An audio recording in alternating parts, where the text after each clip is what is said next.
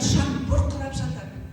Бұның құрамында білесіздер, өткенде кісіні шақырып алып осындай өткізіп отырсақ, ол кісі айтады, мынаны көргенде маған көрсетпеңіз дейді. Мынаны көрсеткенде дейді, мен құсқым келеді дейді. Мен айтамын, неге?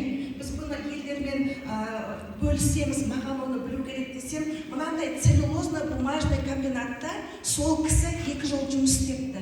Білесіздер ғой, целлюлозно-бумажный комбинатта шығарып, осы салфеткалар, магазинде сатылатын бүкіл туалетный бумагалардың барлық қағаздар сол жерде шығар. Сонда дейді, енді ол жерде фабрика болғаннан кейін даладан бүкіл жаңағы прием болады.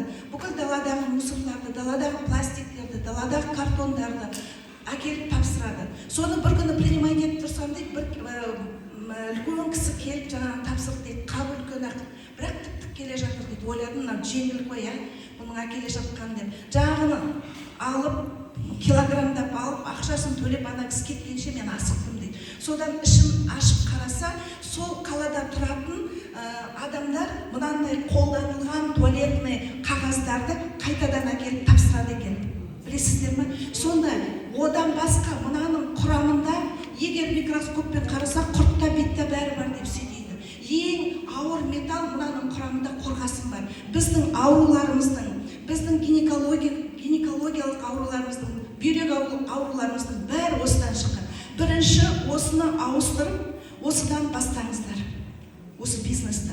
Енді қараңыздар, қазір бірінші рет мен көргенде, мен осы бизнеске 8 ноябрьде 23 жыл келген, мен 60-тымын, октябрьде 60-қа толғам. Сонда мен білетінтім мынаның зиянды екенін, бірақ соншалықты зиянды екенін мен білмеппін.